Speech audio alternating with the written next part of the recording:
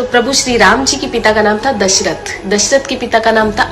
अज के पिता का नाम था नाभाग, नाभाग के पिता का नाम था ययाति, ययाति के पिता का नाम था नहुष, नहुष के पिता का नाम था अम्बऋषि, अम्बऋषि के पिता का नाम था प्रशुश्रुक, प्रशुश्रुक के पिता का नाम था मरु, तो मरु के पिता का नाम था शिग्रक, शिग्रक के पिता का नाम था अग्निवर्ण, अग्निवर्ण के पिता का नाम था सुदर्शन, सुदर्शन के पिता का नाम था शंखण, शंखण के पिता का नाम था प्रवड, प्रवड के पिता का नाम था अंशुमन, अंशुमन के पिता का नाम था दिलीप,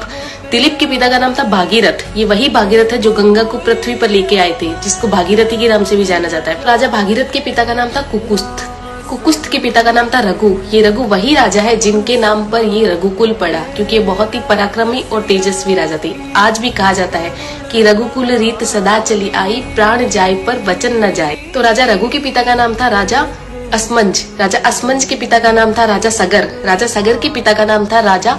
असित, राजा असित के पिता का नाम था राजा भरत, राजा भरत के पिता का नाम था ध्रुव संधि, राजा ध्रुव संधि के पिता का नाम था राजा सुसंधि, राजा सुसंधि के पिता का नाम था राजा मानधाता, मानधाता के पिता का नाम था युवानाश्री, युवानाश्री के पिता का नाम था दुंदुमार, दुंदुमार के पिता का नाम था त्रिशंकु, राजा त्रिशंकु के पिता का नाम था राजा पृथु, राजा पृथु के पिता का नाम था अंडरण्य, अंडरण्य के पिता का नाम था राजा बाण, राजा बाण के पिता का नाम था विवस्वान, राजा विवस्वान के पिता का नाम था राजा मनु, राजा मनु के पिता का नाम था